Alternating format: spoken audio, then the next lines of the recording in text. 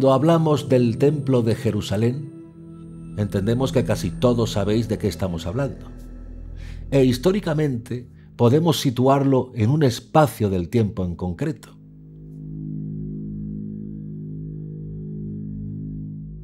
El primer templo fue construido en el siglo X antes de Yeshua por el rey Salomón, según nos comenta el Tanaj en Primera de Reyes 5:9. Pero la santidad del sitio se remonta a cientos y posiblemente miles de años antes de eso.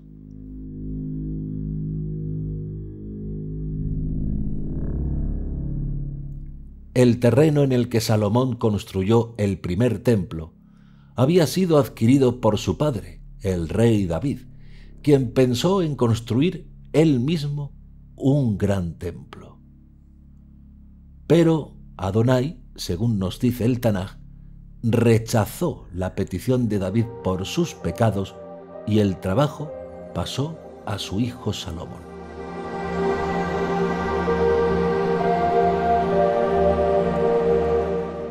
La tierra de David escogió un terreno. Estaba asociada con Moriah, donde el patriarca Abraham llevó a su hijo Isaac para el sacrificio, como nos relata Génesis 22:14. ¿Y para qué fue construido el templo?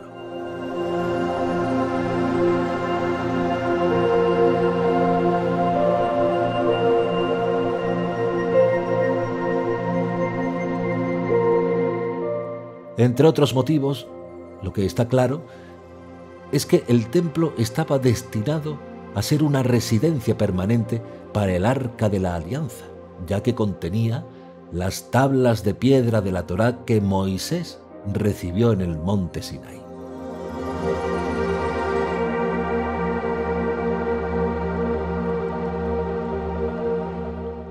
El templo de Salomón sufrió varios ataques de potencias extranjeras antes de que finalmente, en 586 antes de Yeshua, fuera totalmente destruido por el ejército de Nabucodonosor, el rey de Babilonia. Con la caída de Babilonia, el emperador persa Ciro el Grande permitió que los judíos regresaran a la tierra de Israel a partir del año 538.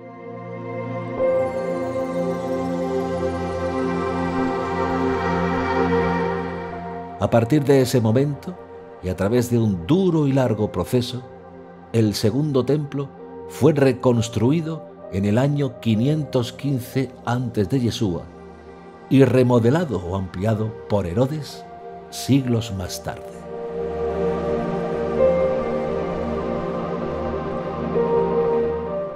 Ese segundo templo fue una estructura ampliada y significativamente mejorada, y fue el mismo que pisó Yeshua.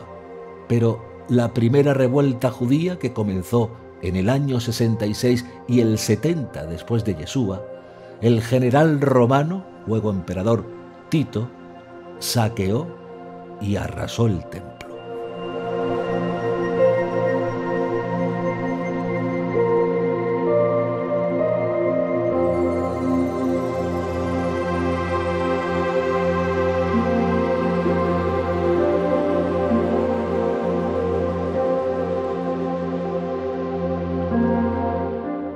En principio, todo lo que tiene que ver con el mundo judío no puede presuponerse. Y ese es el gran error de muchas personas. Muchos, aunque no lo sepan, hubo muchas polémicas en el judaísmo. ¿Por qué? Porque eso es parte casi inmanente del ser judío. Es decir, los judíos tendemos siempre a buscar otra opción, otra posibilidad, otra pregunta, otra reflexión. Y por eso mismo, no debe de sorprender que el templo, que siendo una institución tan central, también ocupó un papel protagonista en los debates ideológicos entre los distintos grupos de judaísmo.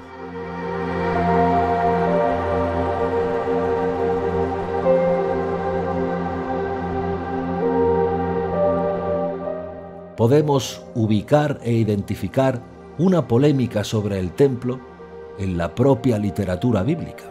Pero dado que los círculos que fueron responsables de lo que hoy llamamos la Biblia hebrea estaban identificados con Jerusalén y el templo, probablemente porque eran círculos sacerdotales, podemos decir que la polémica sobre el templo se encuentra bastante velada y se puede leer entre líneas.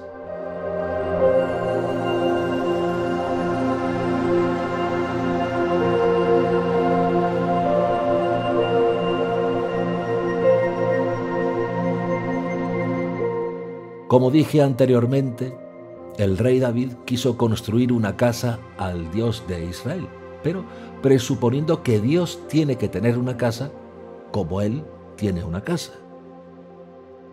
David consultó con el profeta Natán y el profeta lo felicitó, pero el Tanaj nos relata que entrada la noche, Hashem se reveló a Natán y le dijo, y les leo: Ve y di a mi siervo David, esto dice Adonai, ¿me vas a edificar tú una casa para que yo habite? No he habitado en una casa desde el día en que hice subir a los israelitas de Egipto hasta el día de hoy, sino que he ido de un lado para otro en una tienda, en un refugio. En todo el tiempo que he caminado entre todos los israelitas, ¿he dicho acaso a uno de los jueces de Israel, a los que mandé que apacentaran a mi pueblo Israel, ¿por qué no me edificáis una casa de cedro? Ahora pues, di esto a mi siervo David. Así habla Adonai Sebaot: yo te he tomado del pastizal, de detrás del rebaño, para que seas caudillo de mi pueblo Israel. He estado contigo donde quiera has ido. He eliminado de delante de ti a todos tus enemigos, y voy a hacerte un nombre grande como el nombre de los grandes de la tierra. Fijaré un lugar a mi pueblo Israel y lo plantaré allí para que more en él. No será ya perturbado y los malhechores no seguirán oprimiéndole como antes, en el tiempo en que instituí jueces en mi pueblo Israel. Le daré paz con todos sus enemigos. Adonai te anuncia que Adonai te edificará una casa, y cuando tus días se hayan cumplido y te acuestes con tus padres, afirmaré después de ti la descendencia que saldrá de tus entrañas, y consolidaré el trono de su realeza. Él constituirá una casa para mi nombre, y yo consolidaré el trono de su realeza para siempre. Yo seré para él padre, y él será para mí hijo. Si hace mal, le castigaré con vara de hombres y con golpes de hombres, pero no apartaré de él mi amor, como lo aparté de Saúl, a quien quité de delante de mí. Tu casa y tu reino permanecerán para siempre ante mí. Tu trono estará firme eternamente. Natán habló a David según todas estas palabras y esta visión. Segunda de Samuel 7, 5 al 17.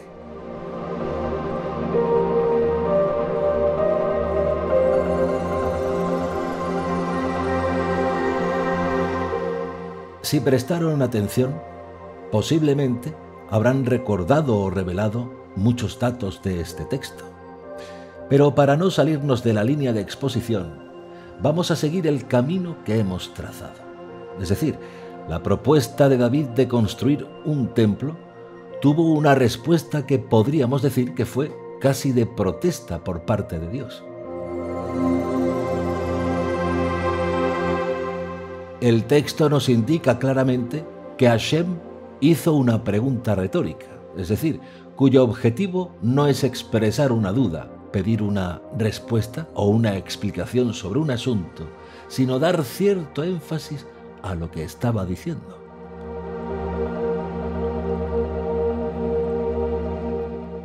¿Me vas a edificar tú una casa para que yo habite? No he habitado en una casa desde el día en que hice subir a los israelitas de Egipto hasta el día de hoy, sino que he ido de un lado para otro en una tienda, en un refugio.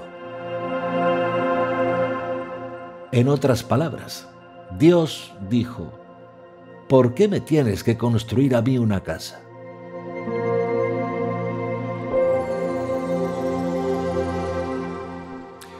Es decir, de la respuesta de Hashem no sale una palabra que realmente favorezca la sugerencia o propuesta de David, sino una crítica velada a la construcción del templo.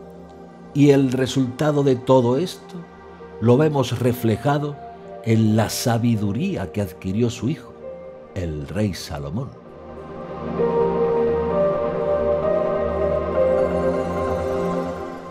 Cuando Salomón consagró el primer templo, dijo, y sucedió esto, y les leo.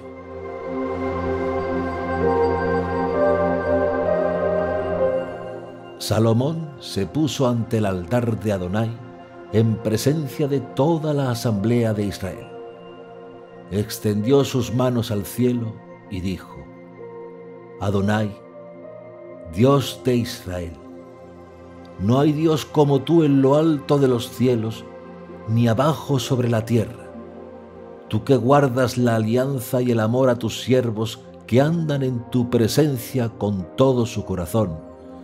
Tú que has mantenido a mi padre David la promesa que le hiciste, pues por tu boca lo prometiste y por tu mano lo has cumplido este día. Ahora, pues, Adonai, Dios de Israel, mantén a tu siervo David, mi padre, la promesa que le hiciste diciéndole: nunca será quitado de mi presencia uno de los tuyos que se siente en el trono de Israel, con tal que tus hijos guarden su camino andando en mi presencia, como has andado tú delante de mí. Ahora, Dios de Israel, que se cumpla la palabra que dijiste a tu siervo David, mi padre. ¿Es que verdaderamente habitará Dios con los hombres sobre la tierra? Si los cielos y los cielos de los cielos no pueden contenerte, cuánto menos esta casa que yo te he construido. Atiende a la plegaria de tu siervo y a su petición, Adonai, Dios mío, y escucha el clamor y la plegaria que tu siervo hace hoy en tu presencia.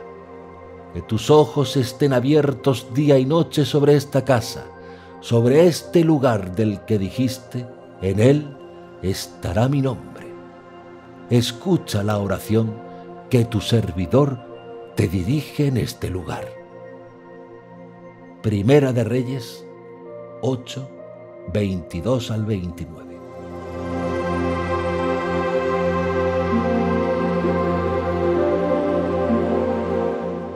En la inauguración del templo, y en ese contexto, cuando Salomón hizo una oración de agradecimiento, dijo algo que suena muy paradójico. El versículo 27 dice: ¿es que verdaderamente habitará Dios con los hombres sobre la tierra? Si los cielos y los cielos de los cielos no pueden contenerte, cuánto menos esta casa que yo te he construido. Es decir, el Creador no puede habitar, ya no solo en una casa construida por los hombres, sino tampoco los cielos de los cielos pueden contenerlo. En otras palabras, absolutamente nada puede limitar al Creador. Por tanto, ¿qué sentido tiene construirle una casa a Hashem? ¿Qué sentido tiene construir un templo a Dios?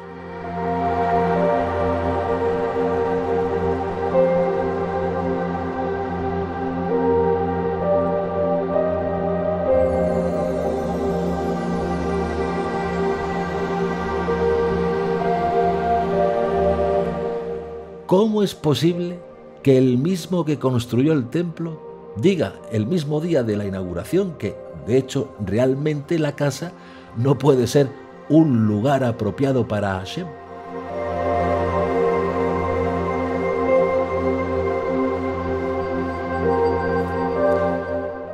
Deben recordar lo que ya dije sobre que los judíos tendemos siempre a buscar otra opción, otra posibilidad, otra pregunta, otra reflexión, siendo eso una parte casi inmanente de la esencia judía. En otras palabras, donde hay dos judíos, hay tres opiniones. Y en este sentido, la paradoja del Templo de Jerusalén se resuelve claramente.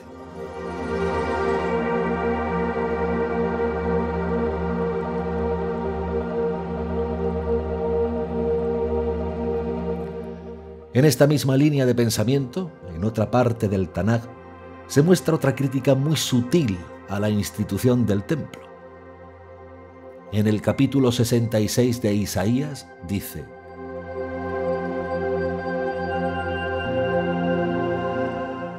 Así dice Adonai: los cielos son mi trono y la tierra el estrado de mis pies.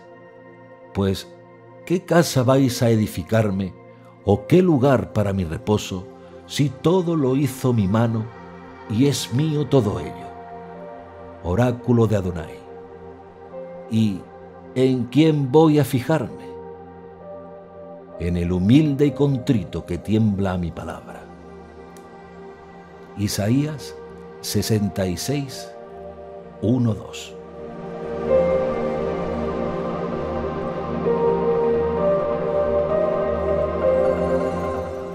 Claramente, en Isaías existe una alusión también de que el universo entero, es decir, el cosmos, es el templo de Hashem. Los cielos son su trono. De este texto podemos entender que había una cierta corriente en el antiguo Israel que no se sentían satisfechos con el templo.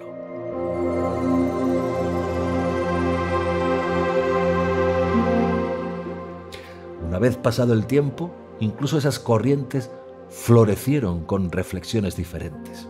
Por ejemplo, una de las colecciones literarias que muestra hostilidad hacia el templo de Jerusalén, o mejor dicho, a la concreción de ese templo, a la concretización, realización, cumplimiento o ejecución en el templo, es en la literatura judía apocalíptica. Por ejemplo, se manifiesta en la literatura apocalíptica que gira alrededor de Enoc, donde en uno de los pasajes hace claramente referencia a lo que se llama la visión de los animales, donde el vidente, recordando la historia de Israel, lo que llamamos la época del segundo templo, dice que cuando construyeron el segundo templo, llamado torre en ese texto, la llamaban alta. Es decir, y prestemos atención a lo sutil, llamaban alta, pero no era alta. Es decir, y como opina el arqueólogo Adolfo Reutemann, es una manera de decir también que era un templo falso. Pero no malinterpreten esa afirmación. Lo que estamos diciendo es que ya en el periodo del segundo templo, algunos grupos pensaban que si el templo, la torre, fuera alta, serviría para conectar el cielo y la tierra. Porque en concreción, la función del templo es esa. Pero el texto enótico dice que no era alta, sino que la llamaban alta. Y para confirmar esa manera despectiva de ver el templo, el texto dice que y el pan que servían era impuro. Es decir, lo que ese texto está diciendo es que el pan de la presentación que ofrecían los sacerdotes y que representa o simboliza a las 12 tribus de Israel y que se colocaba en el lugar santo, estaba impuro. Y si el pan del templo es impuro, también el templo se vuelve impuro. Esta polémica de la impureza del templo aparece también muy clara en los rollos del Mar Muerto. Y sin duda, esa fue una de las causas que motivó a los fundadores de este movimiento que llamamos la Comunidad del Mar Muerto, que abandonaran Jerusalén y el templo.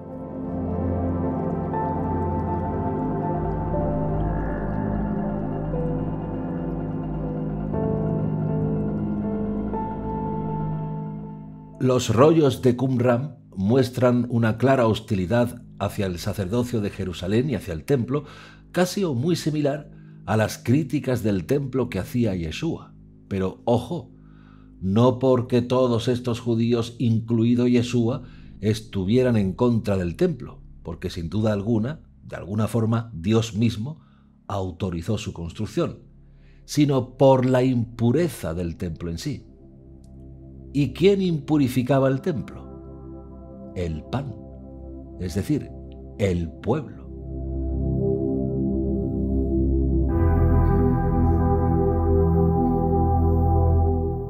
El templo, según todo el Tanaj, y también en boca de profetas, e incluso del mismo Yeshua, es que debía ser una casa de oración. Y por eso, en un gran enfado y de violencia de Yeshua, dijo: ¿no está escrito, mi casa será llamada casa de oración para todas las gentes? Pero vosotros la tenéis hecha una cueva de bandidos? Marcos 11:17.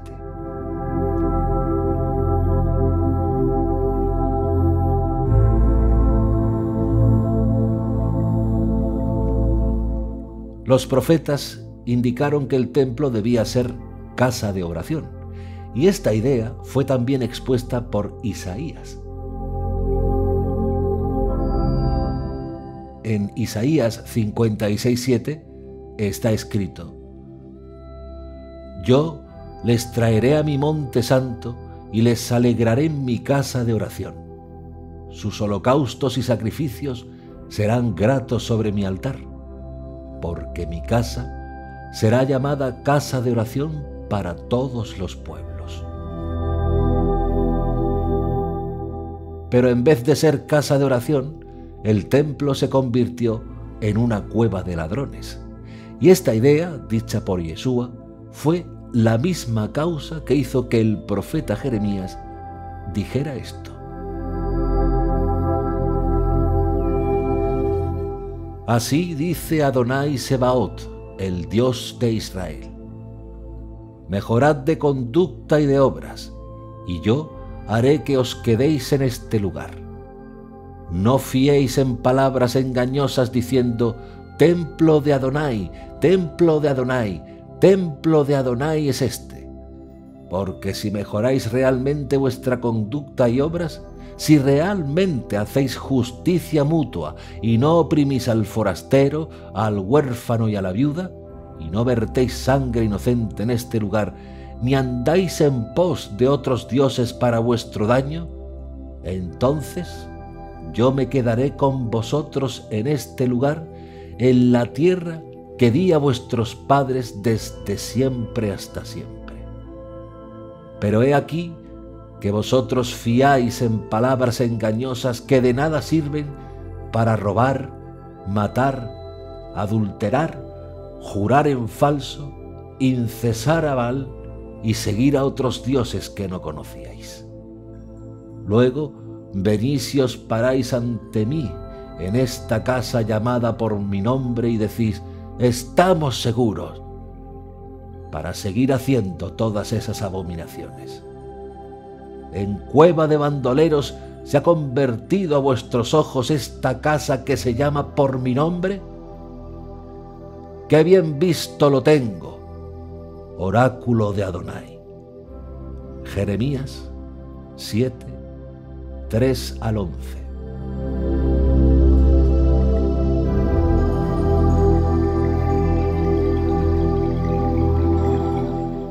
Sin duda alguna, Jeremías 7 es una crítica furiosa hacia la impureza del templo y a aquellos que creían que el templo les daba protección.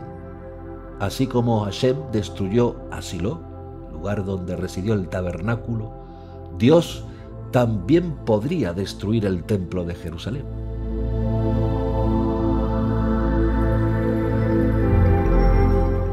Probablemente esto explica por qué Yeshua utilizó o hizo referencia a Jeremías 7, porque Yeshua también sentía que el templo ya estaba en sus últimos momentos de decadencia. Y no piensen, como hacen algunos indoctos, en creer que Yeshua se oponía al templo como tal. Eso no es así. Yeshua no se oponía al templo, sino a la impureza del templo. Un templo corrupto por convertir su suelo en un comercio de bajo nivel moral. Es decir, para Yeshua, la corrupción del templo hizo que el espíritu ya no morara en él, y por eso precisamente Yeshua lo buscaba en otros lugares.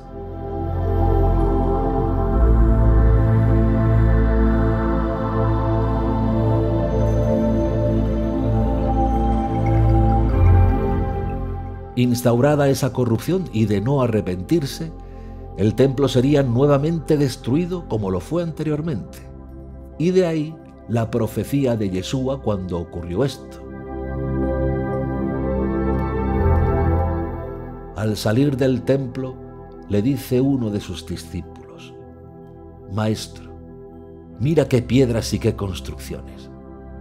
Yeshua le dijo: ¿ves estas grandiosas construcciones? No quedará piedra sobre piedra que no sea derruida. Marcos 13, 1, 2.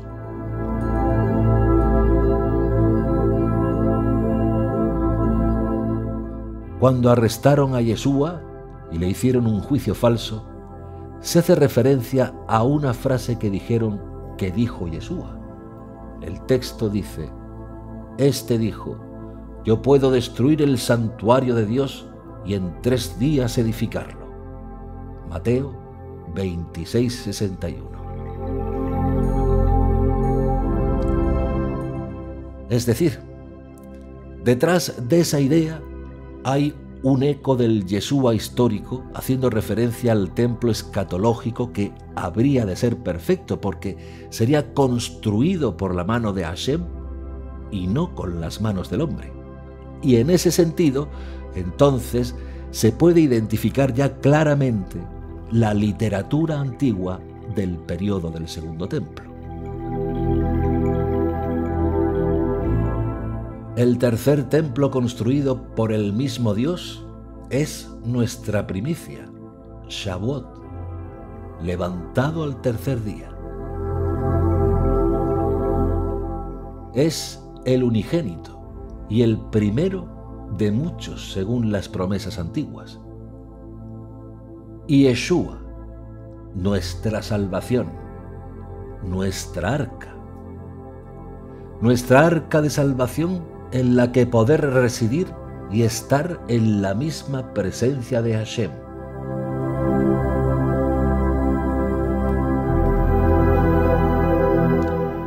Esta idea de tener un cuerpo donde resida el Eterno invalida la idea de construcción del tercer templo en Jerusalén.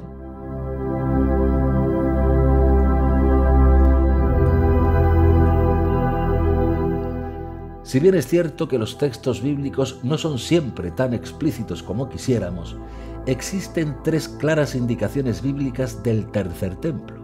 2 de ellas representan un templo literal y la tercera es simbólica. La primera indicación dice que los sacrificios se reanudarán.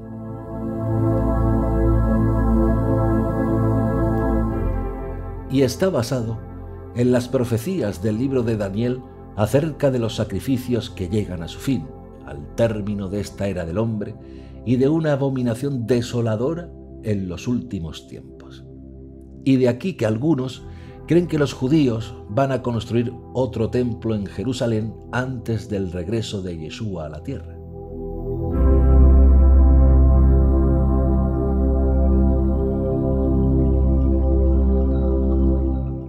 Daniel 8, 9, 14 habla de un cuerno pequeño y por él fue quitado el continuo sacrificio. Este cuerno pequeño era Antíoco Epífanes, que era un prototipo del poder religioso falso de los tiempos del fin, que se va a unir con un poder civil llamado la Bestia. En el contexto de los acontecimientos de los tiempos del fin, Daniel 12:11 vuelve a mencionar que el continuo sacrificio es quitado.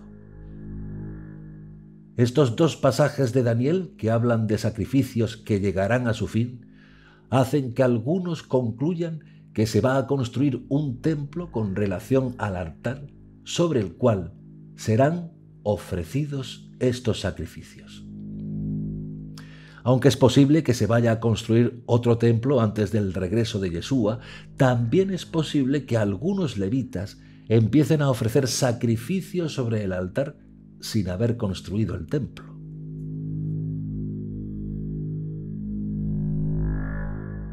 Adicionalmente a estos pasajes de Daniel, Yeshua habló de una abominación desoladora de los tiempos del fin que van a estar en el lugar santo, Mateo 24:15. Algunos creen que la frase lugar santo significa que va a haber otro templo, aunque esta frase también puede referirse al monte del templo simplemente. Aunque es posible que los levitas vayan a construir otro templo antes del regreso de Yeshua, también es posible que empiecen a ofrecer sacrificios sobre el altar sin haber construido el templo, como indica Esdras 3:1-6, que sucedió antes de la construcción del segundo templo.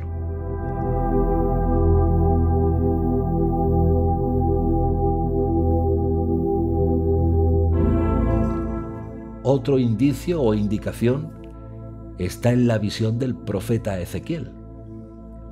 En Ezequiel 40:48 claramente se habla de un templo que va a ser construido, pero determinar cuándo va a ocurrir es bastante difícil.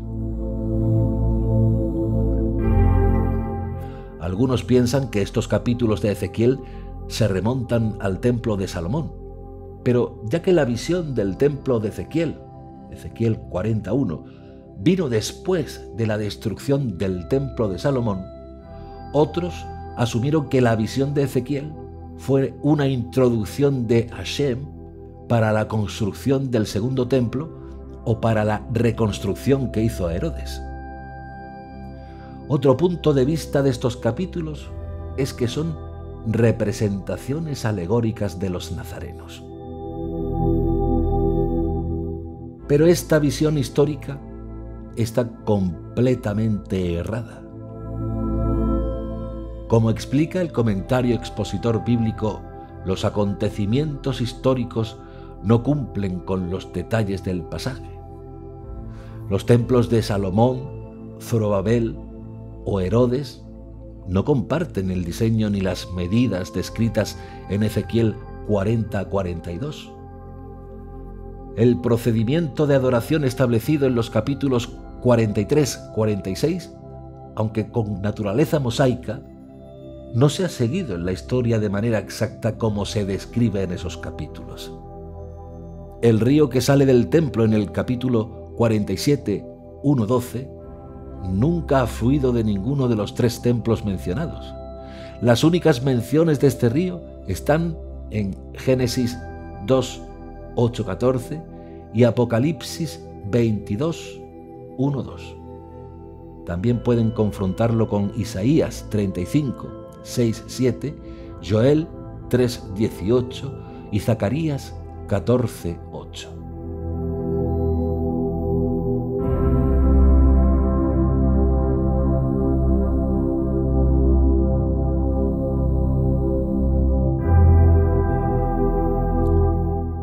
Las dimensiones geográficas y las asignaciones tribales de la tierra son sin duda inviables en este momento y tampoco han sido cumplidos en tiempos pasados. Serán necesarios, pues, algunos cambios geográficos antes de que se cumpla lo que está escrito en los capítulos 45, 47 y 48. Por lo tanto, una persona no miraría los acontecimientos históricos del pasado o presente de estos capítulos, sino el futuro. Y todos estos comentarios son en base a Ezequiel 40, 1, 48, 35.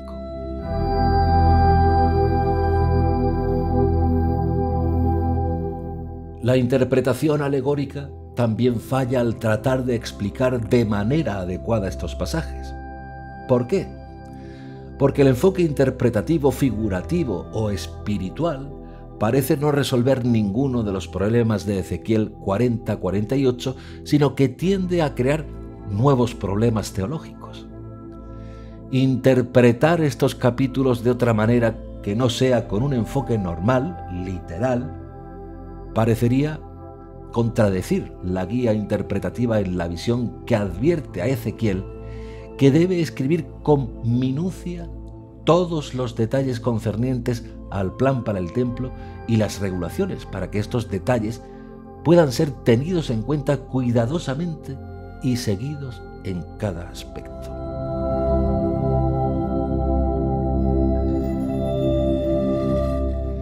Y para aquellos que quieran estudiar esta idea a fondo, deben confrontar los textos de Ezequiel 44, 43, 10-11, 44, 5, con los de Éxodo 25-9 y Primera de Crónicas 28-19. Por tanto, un enfoque figurativo no aborda adecuadamente los asuntos de Ezequiel 40-48.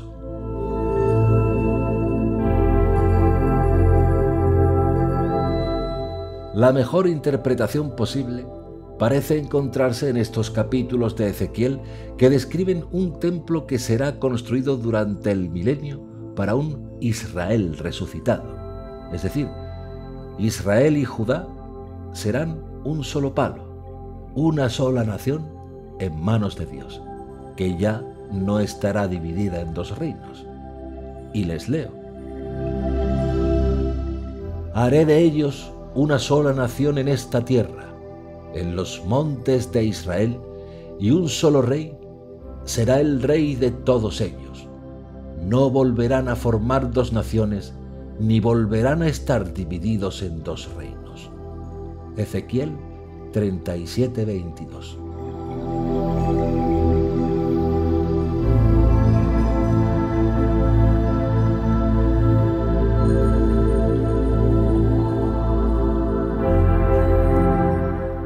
El escenario será cuando el Espíritu de Dios sea derramado sobre la casa de Israel y cuando Dios habite en los hijos de Israel para siempre. Cuando yo los haga volver de entre los pueblos y los recoja de los países de sus enemigos, manifestaré en ellos mi santidad a los ojos de numerosas naciones y sabrán que yo soy Adonai su Dios, cuando después de haberlos llevado al cautiverio entre las naciones, los reúna en su suelo sin dejar allí a ninguno de ellos. No les ocultaré más mi rostro, porque derramaré mi espíritu sobre la casa de Israel, oráculo del Señor Adonai. Ezequiel 39, 27 al 29.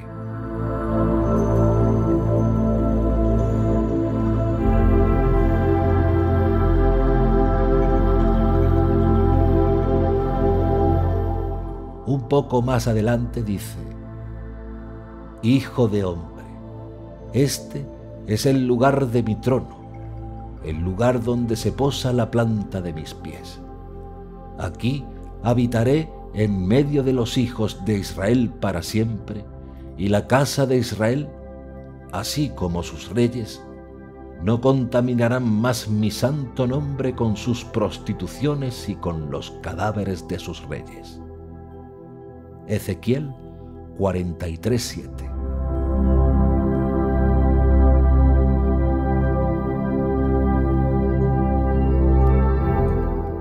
Otros indicadores del tercer templo y la edad mesiánica son aguas de sanidad brotando del templo, en Ezequiel 47, 1-9, y el nombre de la ciudad de Jerusalén siendo cambiada por Adonai está allí, Ezequiel 48, 35.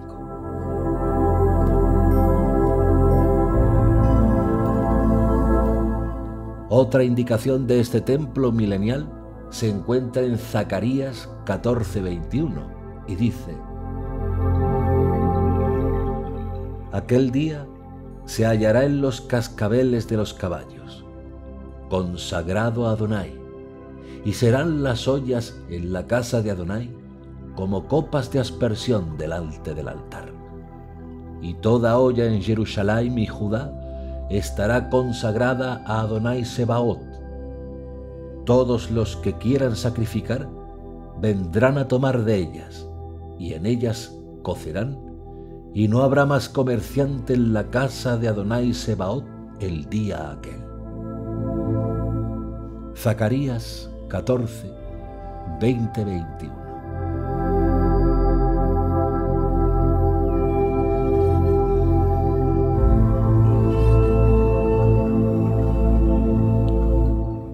Aunque no nos dice por qué los sacrificios animales se reanudarán en el milenio, al parecer sí van a ocurrir, por lo menos por un tiempo.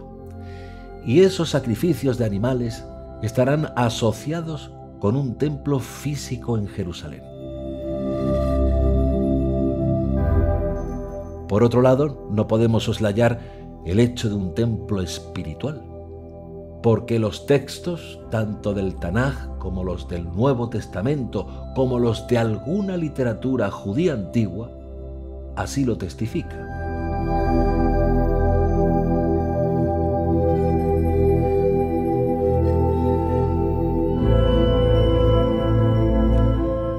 Como ya hemos estudiado, una interpretación alegórica no sirve para Ezequiel 40-48. Sin embargo, hay muchas referencias que mencionan al pueblo de Hashem como un templo espiritual en el Nuevo Testamento. Y como ya dije, no debemos olvidar que esta explicación simbólica fue dada incluso mientras el templo de Zorobabel y Herodes existían.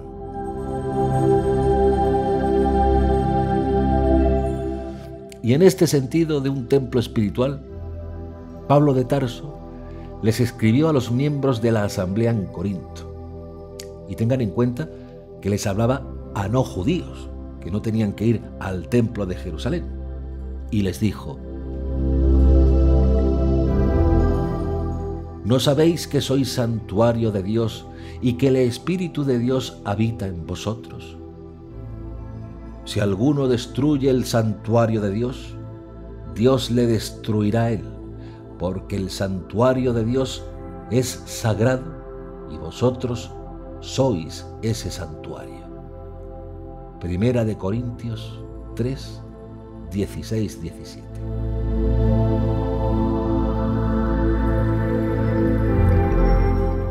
Pablo, más adelante, les escribió a los miembros dándoles instrucciones para que evitaran la fornicación. ¿O no sabéis que vuestro cuerpo es santuario del Espíritu Santo que está en vosotros y habéis recibido de Dios y que no os pertenecéis? Habéis sido bien comprados. Glorificad, por tanto, a Dios en vuestro cuerpo. Primera de Corintios 6, 19.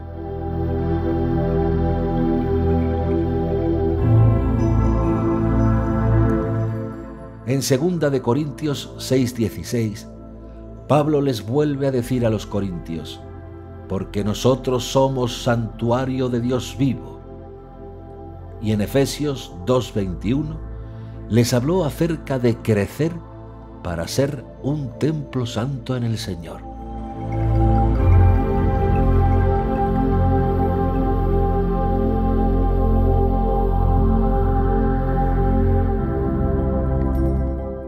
Al elaborar con base en este simbolismo de cómo podemos ser el templo de Dios, Pablo explicó que Dios había dicho: habitaré y andaré entre ellos. ¿Y cómo ocurre esto? Pues esto ocurre por medio del Espíritu Santo morando en nosotros, después de que nos arrepentimos de nuestros pecados y pasando por las aguas.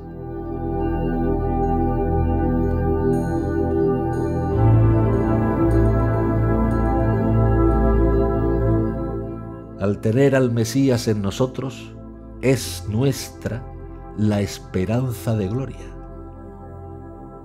Y así es como podemos ser el templo del Dios vivo, Elohim Hay.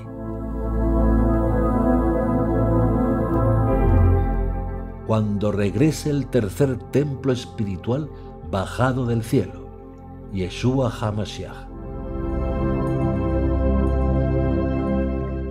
Mientras que el templo espiritual del cual habló Pablo ya se construyó, y un templo físico va a existir durante la edad mesiánica, solo resta esperar para ver si va a construir el tercer templo de Jerusalén antes del regreso de Yeshua o después. En términos de importancia, ser parte del templo espiritual de Dios es, de lejos, el esfuerzo más importante que podemos emprender. Mientras tanto, esperaremos al templo espiritual que bajará del cielo y que purificará el templo físico, el tercer templo de Jerusalén. Y por eso dice Isaías 66, 20 al 24. Y traerán a todos vuestros hermanos de todas las naciones como oblación a Adonai, en caballos, carros, literas, mulos y dromedarios, a mi monte santo de Jerusalén, dice Adonai, como traen los hijos de Israel la oblación en recipiente limpio a la casa de Adonai. Y también de entre ellos tomaré para sacerdotes y levitas, dice Adonai. Porque así como los cielos nuevos y la tierra nueva que yo hago permanecen en mi presencia, oráculo de Adonai, así permanecerá vuestra raza y vuestro nombre. Así pues, de luna en luna nueva y de sábado en sábado, vendrá todo el mundo a prosternarse ante mí, dice Adonai. Y en saliendo, verán los cadáveres de aquellos que se rebelaron contra mí. Su gusano no morirá, su fuego no se apagará, y serán el asco de todo el mundo.